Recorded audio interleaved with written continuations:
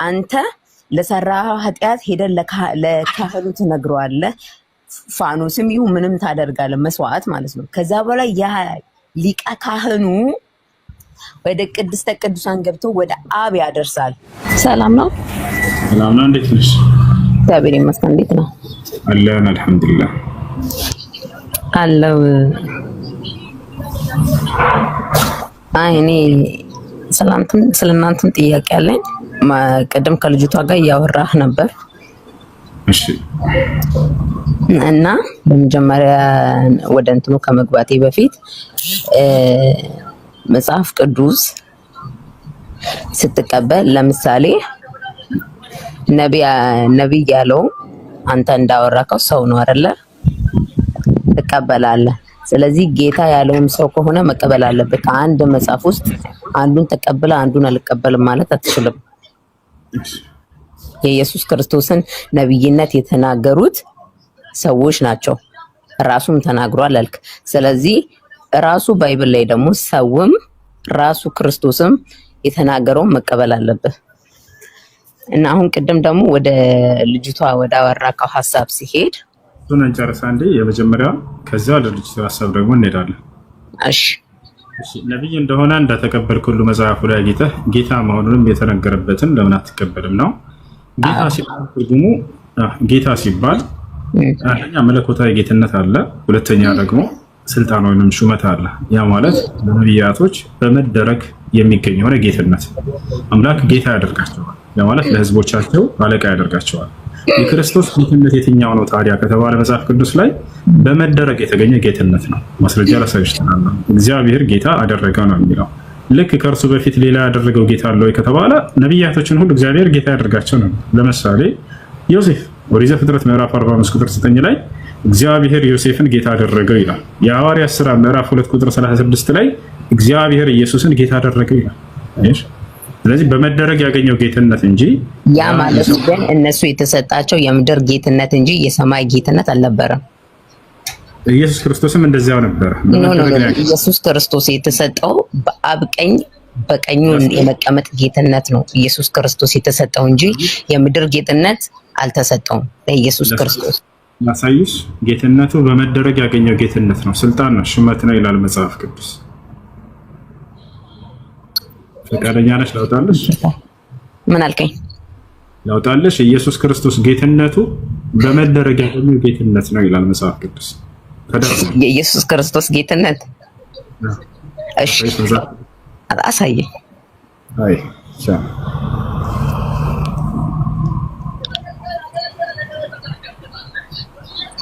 ያው ምን ይላል እዚህ ጋር እንግዲህ ይህን እናንተ የሰቀላችሁትን ኢየሱስን እግዚአብሔር ጌታም ክርስቶስም እንዳደረገው የእስራኤል ወገን ሁሉ በእርግጥ ይወቅ ይላል። እግዚአብሔር ኢየሱስን ጌታ እንዳደረገው ይላል። ስለዚህ እግዚአብሔር ነው ኢየሱስን ጌታ ያደረገው እንዳደረገው እያለ ተገልጿል። በመደረግ ነው ያገኘው ጌትነት። የዕብራውያን ስራ ነው። የሐዋርያት ሥራ ምዕራፍ 2 ቁጥር 36። እሺ አንብብ። ከመጀመሪያው ጀምርልኝ። ከየት? ከመጀመሪያው ከመነሻው ሙሉ መጽሐፉን ይሄና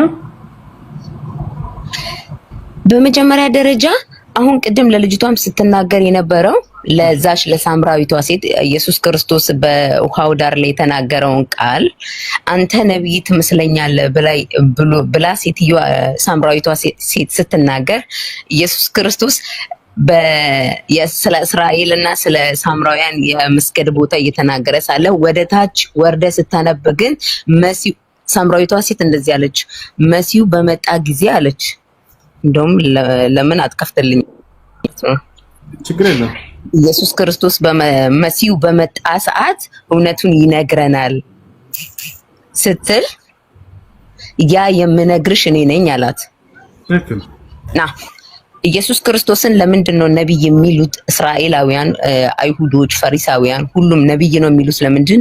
ከቀደመው በፊት ከኢየሱስ ክርስቶስ በፊት ነቢያት አሉ። በትክክል ያኚህ ነቢያት ደግሞ በትክክል ያኚህን ተአምራት ደግሞ ያደርጋሉ። ከሚያደርጉት ተአምራት ውስጥ ግን እውር የተረተረና የሞተ ያስነሳ አንድም ነብይ አልነበረም ይላል ቃሉ ላይ አለ። መጽሐፍ ቅዱስ ላይ ላሳይሽ። ከኢየሱስ በፊት እውር ኤልሳ አለ። አይዋ። ስለዚህ አይንን ያለ ከኢየሱስ ክርስቶስ በፊት ሙታንን ያስነሱ ነብያቶች አሉ፣ ዓይንንም ያበሩ ነብያቶች አሉ።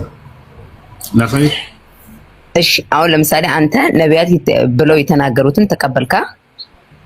እሱን አሁን አመንሽ? ይሄንን ከክርስቶስ በፊት እነዚህን ተአምራቶች ያደርጓቸው ነበር ነብያቶች በገዛ መጽሐፎች ላይ ላውጣለሽ። በትክክል አላ ያደርጋሉ። ስለዚህ ምንድነው የሚለየው ታዲያ?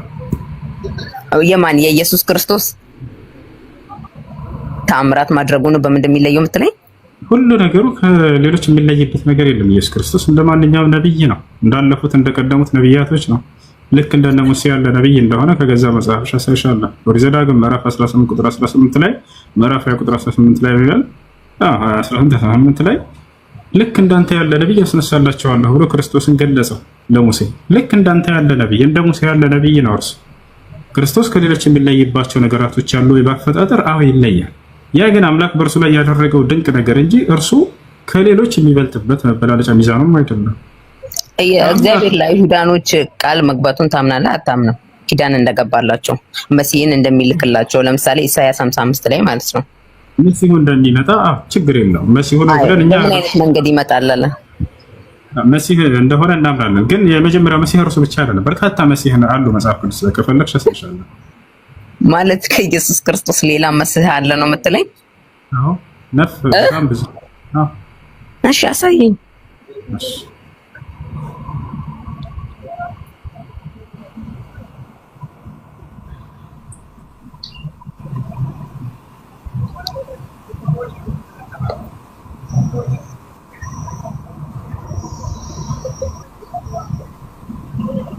መሲህ ማለት ትርጉሙን ታውቂያለሽ?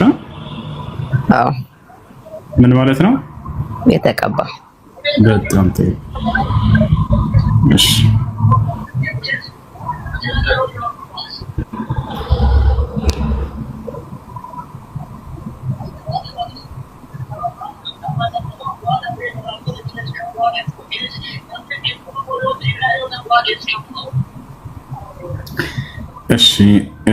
እሺ ምዕራፍ 12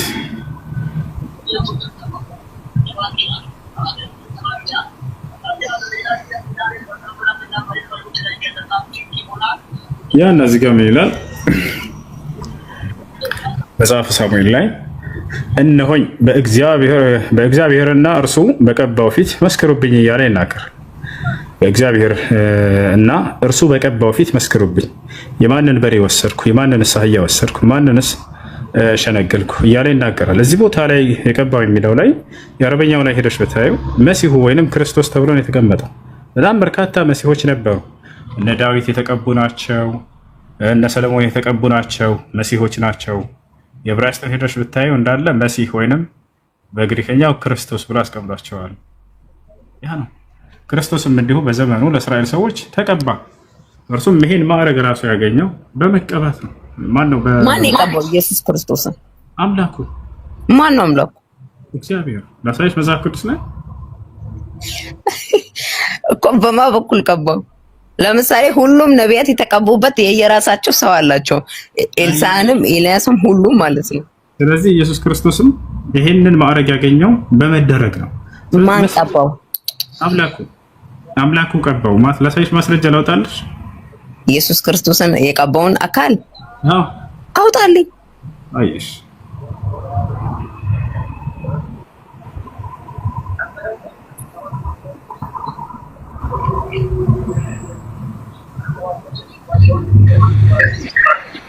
ተርከም ወላሂ እሺ ሜታ አድርገት ሌሎች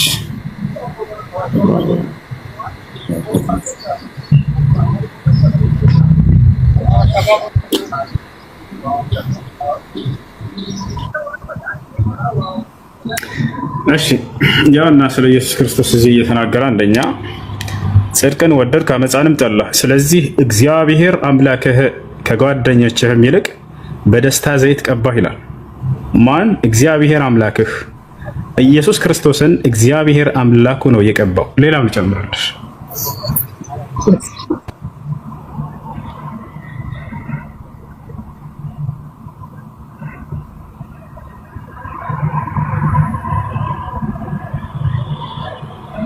ያው እግዚአብሔር የናዝሬቱን ኢየሱስን በመንፈስ ቅዱስም በኃይልም ቀባው፣ እርሱም መልካም እያደረገ ለዲያብሎስም የተገዙትን ሁሉ እየፈወሰ ዞረ፣ እግዚአብሔር ከእርሱ ጋር ነበርና ይላል። ስለዚህ ማን ነው የቀባው? እግዚአብሔር። በጣም በርካታ ጥቅስ ሰጥሻለሁ። የቀደሙትንም እግዚአብሔር ሲቀባቸው እንደነበር ኢየሱስ ክርስቶስንም እግዚአብሔር ነው የቀባው። ይህ መሲህ የሚለው ማዕረግ ነው፣ ሌላ ነገር አይደለም። በመደረግ የሚያገኙት የሆነ ስልጣን ነው። ማን ነው የቀባው? አምላኩ። አምላክህ ተብሎ ቃል በቃል ተቀምጧል። ኢየሱስ ክርስቶስ አምላክ እንዳለው ያስተምራል መጽሐፋቸው። ነገር ግን አይ አምላክ የለውም ራሱ አምላክ ነው እያሉ ይሸውራቸዋል። እስከ መቼ ድረስ? ማን? ኢየሱስ ክርስቶስ አምላክ እያለ አምላክ እንዳለው ይናገራል። ኤፌሶን ምዕራፍ 1 ቁጥር 3 የኢየሱስ ክርስቶስ አምላክ ይባረክ ይላል። ማን ኢየሱስ ክርስቶስ አምላክ ብላችሁ ለምን አትጠይቁ? ኧረ ኢየሱስ ክርስቶስ ራሱ ይናገራል። ወዴት እንደሚሄድ ሲናገር መጨረሻ ላይ ወደ አምላካችሁ ልሄድ ነው በቃ አድርጋለሁ ብሎ ነገራቸው። ወደ አምላክ እንዳለው በርካታ ቦታ ላይ ተናግሯል። አምላክ አለኝ ካለ እርሱ አምላክ አይደለም ማለት ነው። ምክንያቱም አምላክ ሊኖረው አይችልምና። ተፈቻለሁ። ኤፌሶን ምዕራፍ 1 ቁጥር 17 ልክ እንዲሁ የኢየሱስ ክርስቶስ አምላክ ይባረክ ይላል መጽሐፍ ቅዱስ። ይሄ ነው ኢየሱስ ክርስቶስ የተከበረ መልእክተኛ ነው። ኢየሱስ ክርስቶስ ያንን አንዱን አምላክ አብን ብቻህን አንተ አምላክ ነህ እያለ ይገልጸዋል። ዮሐንስ ወንጌል ምዕራፍ 17 ቁጥር 3 ላይ ወደ ሰማይ ኢየሱስ ቀጥ ብሎ አባት ሆይ አንድና ብቸኛ እውነተኛ አምላክ አንተ ነህ አለ። ብቸኛ ማለት ምን እንደሆነ ታውቃላችሁ? ከእርሱ ውጭ ሌላ ማንም የሌለ ማለት እኮ ነው። ብቻህን አምላክ የሆንክ እያለ ይገልጸዋል። ስለራሱ እዛው ሲናገር እንዲሁም አንተ የላከው ኢየሱስ ክርስቶስን ያውቁ ዘንድ ይችነች ዘላለማዊ ሕይወት አለ። ከእርሱ ከአንዱ አምላክ የተላከ መልእክተኛ እንጂ ሌላ አይደለም ኢየሱስ ክርስቶስ። አንድና ብቸኛ እውነተኛ አምላክ አንተ ነህ አባት እያለ ይናገር ነበር። እኔ ደግሞ አንተ የላከኝ መልእክተኛ ነኝ አለ። በቃ ይሄ ነው እስላም እያላችሁ ያለው። መሲሁ ሐሰተኛ ነው አላለም ኢስላም። መሲሁ እውነተኛ ነው ነው የሚላችሁ። ነገር ግን የአምላክ መልእክተኛ ነው። ልክ ራሱ ዮሐንስ ወንጌል ምዕራፍ 8 ምዕራፍ 17 ቁጥር 3 ላይ እንደተናገረው እኔ እውነተኛ መልእክተኛ ነኝ እያለ ሲናገር እንደነበረው መልእክተኛ ነው። በአምላክና በሰዎች መካከል ሆኖ የአምላክን ቃል እየተቀበለ የሚያደርስ ምንድን ነው? ነብይ ነው። ኢየሱስ ክርስቶስ ስራው ይሄ ነበር። ዮሐንስ ወንጌል ምዕራፍ 8 ቁጥር 40 ላይ ምን አለ? እኔ ከእግዚአብሔር የሰማሁትን እውነት የምነግራችሁ ሰው ነኝ አለ። ሰው ነኝ ምን? እግዚአብሔር ላይ ሳይሆን ከእግዚአብሔር የሰማሁትን እውነት የምነግራችሁ ሰው ነኝ። ከእግዚአብሔር እየሰሙ እውነትን ለሰዎች ሲናገሩ የነበሩ እነማን ናቸው? ነቢያቶች። ሕዝቅኤል ምን ይላል? የእግዚአብሔር ቃል ወደ እኔ መጣ እያለ ይናገራል። ሁሉም ነቢያቶች ከአምላክ ቃልን እየተቀበለ የሚያደርስ መካከል ላይ ሆኖ እርሱ መልእክተኛ ነበር። በአምላክና በሰው መካከል ሆኖ ቃልን እየሰማ የሚያደርስ ነው። አንደኛ ጢሞቴዎስ ምዕራፍ 2 ቁጥር 5 ላይ ምን ይላል? አንድ እግዚአብሔር አለና አለ። በእግዚአብሔርና በሰዎች መካከል አንድ መካከለኛ አለ፣ እርሱም ሰው የሆነው ኢየሱስ ክርስቶስ ነው። በአምላክና በሰው መካከል ሆኖ ቃልን እየተቀበለ ለሰዎች የሚያደርስ የጽድቅን መንገድ የሚያስተምር ሰዎች እንዲጸድቁ የሚያስተምራቸው የጠፉትን በጎች ከጥፋታቸው ያንን እንዲወጡ ሊያደርጋቸው ዘንድ የተላከ መልእክተኛ እንጂ ሌላ አይደለም። እኔ ከእስራኤል ቤት ሆነው ወደ ጠፉት በጎች በቀር እንጂ አልተላኩም እያለ ይናገራቸዋል። ስለዚህ ኢየሱስ ክርስቶስ የአምላክ መልእክተኛና ነቢይ ነው። የአምላክን ቃል ለሰዎች ሊያደርስ የተላከ የተከበረ መልእክተኛ ነው። ተአምራቶችን በተመለከተ አንዲትም የእርሱ ስራ እንዳልሆነ ተናግሯል። አይሁዶች ሊወግሩት በመጡ ጊዜ ምን አላቸው? ከአባቴ የሆኑ ብዙ ስራዎችን አሳየኋቸው፣ ስለ የትኛው ኃጢአቴ ነው የምትወግሩኝ ይላቸዋል። ስራው ሁሉ የአምላኩ እንደሆነ ይናገራል። የሐዋርያት ሥራ ምዕራፍ 2 ቁጥር 22 ላይ ኢየሱስ ክርስቶስ የሐዋርያት ሥራ ምዕራፍ 2 ቁጥር 22 ላይ ምን ይላል? እግዚአብሔር በኢየሱስ ክርስቶስ በኩል ድንቅና ተአምርን አደረገ እያለ ይናገራል። እነዚያን ተአምራቶች የማን ስራዎች ናቸው? የአምላክ ስራዎች ናቸው። በማን በኩል? በኢየሱስ ክርስቶስ በኩል። ልክ አምላክ በመሲሁ በእነ ሙሴ በኩል ተአምራት ሲያደርግ ነበር፣ በመሲሁ በኩልም ተአምራን አደረገ። አልዓዛርን ሲያስነሳ ኢየሱስ ክርስቶስ ምንድን ነው ያለው? ወደ ሰማይ ቀጥ ብሎ አምላክን አመሰገነ። ምን አለ? አባት ሆይ ስለሰማኸኝ አመሰግንሃለሁኝ አለ። ሁልጊዜም እንደምትሰማኝ ያውቃለሁኝ አለ። ይሄንም ከዚህ ሁሉ ህዝብ ፊት የምናገረው አንተ እንደላከኝ ያውቁ ዘንድ ነው አለ። እስኪ በደንብ አስተውሉ። ተአምራትን አድርጎ ይሄ ነብይ ምን አለ? እኔ መልእክተኛ መሆኔን እንዲያውቁ ነው ይሄን የማደርገው አለ። خلاص በቁርአንም ላይ ቃል በቃል ይሄን እንደሚናገረው ተአምራትን ሲያደርግ ጊዜ እኔ ሙታንን አስነሳላችኋለሁኝ ከአምላኬ የተላኩኝ መልእክተኛ ነኝ ግን ብሎ ይነግራቸው ነበር። ወሰን ወረሱለን ኢላ በኒ እስራኤል እኔ ወደ እስራኤል ልጆች የተላኩኝ መልእክተኛ ነኝ ካለ በኋላ ከዛ ተአምራትን እንደረዳለ ከዚህም ትረዳላችሁ የመልእክተኛነቱ ማረጋገጫዎች ናቸው ተአምራቶች እንጂ የአምላክነቱ ማረጋገጫ አይደለም። ወሰን ነብያትን ይሄን ሁሉ ተአምር እየሰጠ የሚልከው አምላክ ከአምላክ ዘንድ የተላኩ እውነተኛ መሆናቸው ሊያስመሰክርላቸው ዘንድ ነው። ሐሰተኛ እንዳልሆኑ ይታወቅባቸው ዘንድ ነው።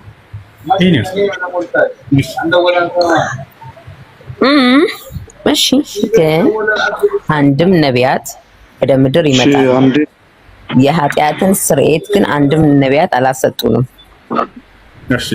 ኢየሱስ ክርስቶስ ፍጹም ሰው ነው፣ ፍጹም አምላክ ነው። ይህንን በደንብ እንቀበላለን እኛ ማለት ነው። እኛ ፕሮቴስታንቶች ማለት ነው። ፍጹም ሰው ፍጹም አምላክነትን በደንብ እንቀበላለን። 100% ሰው ነው፣ 100% አምላክ ነው። ያ ማለት አራት ወንጌላት አሉ፣ ማቴዎስ፣ ማርቆስ፣ ሉቃስ፣ ዮሐንስ። ማቴዎስ የኢየሱስ ክርስቶስን ልጅነት ይናገራል። የማን ልጅ መሆኑን? የአብ ልጅ መሆኑን ይናገራል። ማርቆስ፣ ሉቃስ አገልጋይ መሆኑን ይናገራል። ሌላኛው ደግሞ ዮሐንስ ደግሞ ኢየሱስ ክርስቶስ ራሱ አብ እንደሆነና ኢየሱስ ክርስቶስ ራሱ እግዚአብሔር እንደሆነ ይናገራል። ዮሐንስ ወንጌል ማለት ነው። ያ ማለት እግዚአብሔር ከሰው ጋር በአዳም ምክንያት በዔድነ ገነት ከተጣለው ከዛ ኃጢአት ልቅ እግዚአብሔር ዘፍጥረት 3 ላይ ከሴቲቱ የሚመጣው ራስን ይቀጠቅጣል አለ። ከዛ ካለፈ በኋላ አዳም ባመጣው ኃጢአት እግዚአብሔርና ሰው ተቆራረጠ። እግዚአብሔርና ሰው ተቆራርጦ በምን አይነት መንገድ የኃጢአት ስርየት ይሰጥ ነበር? ስርየት አይደለም የሚሰጠው፣ የኃጢአት ይሸፈን ነበር። የሚሸፈነው በምን አይነት መንገድ ነው? ሌዋውያን አሉ። ክህነት የሚሰጣቸው ሌዋውያን ብቻ ናቸው። እና ሌዋውያን ከነሱ ካህን አለ። በአመት አንዴ መጥቶ ወደ ቅድስተ ቅዱሳን ገብቶ የኃጢአትን ለአብ የሚናዘዝ አንድ አለ። አንተ ለሰራህ ኃጢአት ሄደን ለካህኑ ትነግረዋለህ። ፋኖስም ይሁን ምንም ታደርጋለህ፣ መስዋዕት ማለት ነው። ከዛ በኋላ ያ ሊቀ ካህኑ ወደ ቅድስተ ቅዱሳን ገብቶ ወደ አብ ያደርሳል፣ ስለኛ ኃጢአት ማለት ነው። ሊቀ ካህኑ ያንን በቅድስተ ቅዱሳን አንድ ከቅድስተ ቅዱሳን ውጭ ቅዱሳን አለ። ቅድስተ ቅዱሳን ሌዋውያን ወይም የሌዋውያን ዘር ወይም ክህነት ያላቸው ካህናት ብቻ ነው የሚገቡት። ከዛ ቀጥሎ ቅድስታት አሉ። እዛ ውስጥ የሚገቡት አይሁድ ነው፣ እስራኤላውያን ብቻ ነው። እኛ አህዛቦች ደግሞ ከአጥር ውጭ ነን፣ ለኛ አይፈቀድም። ለኛ ለአህዛቦች ማለት ነው። ያንን የጥልን ግርግዳ ሊያፈርስ እግዚአብሔር በኢሳያስ በኩል ለእስራኤላውያን ቃል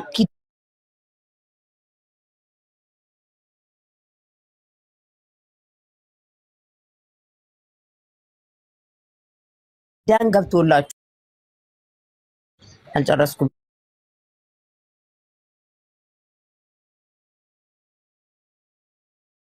እና አለ ያንን ሊያደርግ ከድንግል ማርያም እንደሚመጣ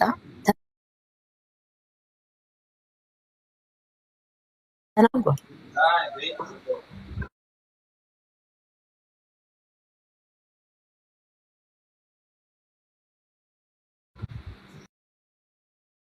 አመታት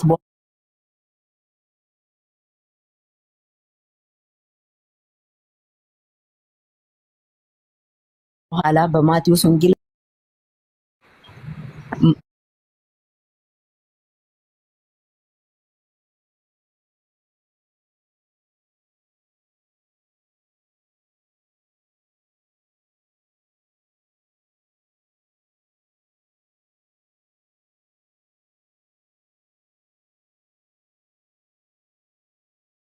የሚደረገው ይሸፈናል። በምንድን ነው የሚሸፈነው?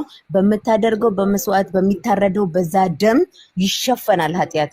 ስለዚህ ኃጢአትን ልሰረይ ደግሞ አሁንም ግዴታ ደም መፍሰስ አለበት። ያ ደም ደግሞ የማን ነበረ? የኢየሱስ ክርስቶስ ደም መፍሰስ ነበረበት።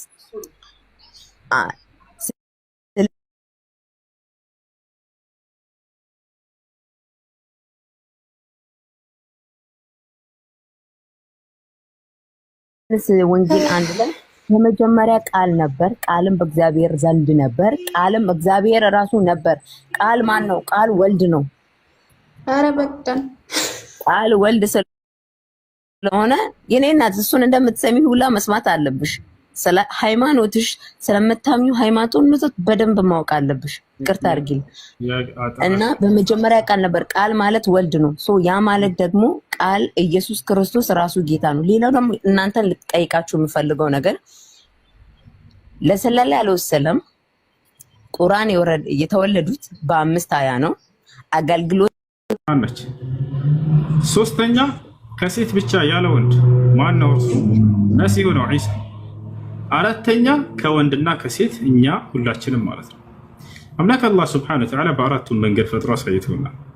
በአንድ መንገድ ብቻ የሚፈጥር ሳይሆን በሁሉም ባሻው መንገድ በፈለገው መንገድ የሚፈጥር መሆኑን ይህንን ተአምር ማድረግ የሚችል አምላክ መሆኑን ሊያሳየን በመሲሁ ላይ ያንን አደረገ። አንድ የስራን ታቋርጭ ከርታ ጋር ሜት አድርግና አዳምጪ ነገራችን እና አዳምን ፈጠረ አምላክ አላህ ሱብሓነሁ ወተዓላ ያለ እናትም ያለ አባትም። አያችሁ፣ በእርሱ አንጻር ማን ተፈጥሯል ከተባለ እኛ ተፈጥረናል ከእናትና ከአባት። ከዚያ በኋላ አምላክ አላህ ሱብሓነሁ ወተዓላ ከወንድ ብቻ ያለ ሴት ማንን ፈጠረ? ሔዋንን ፈጠረ። በእርሱ አንጻር ደግሞ አራተኛ ፈጥሮ ሊያሳየን ፈለገና ያለ ወንድ ከሴት ብቻ መፍጠር ፈለገ፣ መሲሁን ፈጠረ። አያችሁ፣ ያ ነው ዓላማው። ምንድን ነው ተብላ ስትጠየቅ ጊዜ ተአምር ሊያደርግ ዘንድ ብሎ መልአኩ ገብርኤል ነግሯታል ለመርየም ዓለይሃ ሰላም። እንደ እስልምና ከሌሎች በጣም ተአምራዊ መንገድ ከተፈጠሩት መካከል እነዚህ ይገኙበታል ማለት ነው። መሲሁ ተአምር ነው በራሱ አፈጣጠሩ። ማርያምም ተአምር ነች በራሱ አፈጣጠሯ። ማስረጃ የቁል ላህ ሱብሓነሁ ወተዓላ ፊ ሱረት አልአንቢያ ወለቲ አሕሰነት ፈርጀሃ ፈነፈኽና ፊሃ ሚን ሩሒና ወጀዐልናሃ ወብነሃ አየተን ሊልዓለሚን። አምላክ አላህ ሱብሓነሁ ወተዓላ በሱረት አልአንቢያ የነቢያቶች ምዕራፍ ላይ ምን ይላል? ማርያምንም ልጇንም ለዓለማት ሁሉ ድንቅ አደረግኳቸው እያለ ይናገራል። በራሳቸው ተአምር ናቸው። ተአምርነታቸው እንዴት ነው ከተባለ ከተፈጥሮ ሕግ ወጣ ያለ ነገር በእነርሱ ላይ አምላክ ስላደረገ። በማርያም ላይ ተአምርነቷ ምንድን ነው ከተባለ ማንም ወንድ ሳይገናኛት ልጅን የወለደች ብቸኛዋ የዓለማችን ሴት ነች። አያቸው አይደለ? በመሲሁ በኩል ከተባለስ ያለማንም አባት ከሴት ብቻ የተገኘው ብቸኛው ወንድ ልጅ የዓለማችን ወንድ ልጅ። ታዲያ እነዚህ ተአምር አይደሉ? ከኛ አንጻር ናቸው። ምክንያቱም ከእኛ ከተፈጥሮ ሕግ ወጣ ባለመንገድ አምላክ አላህ ሱብሓነሁ ወተዓላ በመሲሁም ላይ በማርያም ላይ ስላደረገ። ሌላኛው በቁርአን ላይ አንዲት ሴት ብቻ ነች ስሟ የተጠቀሰችው። ዓላማው ምንድን ነው? እሷ መጠቀስ የተፈለገበት በቁርአን ላይ እርሷ ማርያም ነች የሚል ነው። በጣም ጥሩ ጥያቄ ነው። አምላክ አላህ ሱብሓነሁ ወተዓላ ለምንድን ነው የማርያምን ስም ማንሳት ያስፈልገው በቁርአን ላይ? በነገራችን ላይ ስራዎቻቸውንና ገድላቶቻቸውን የሰሯቸውን ታላላቅ ስራዎች እየጠቀሰ ስማቸውን ያልጠቀሳቸው በርካታ ሴቶች አሉ በቁርአን ላይ።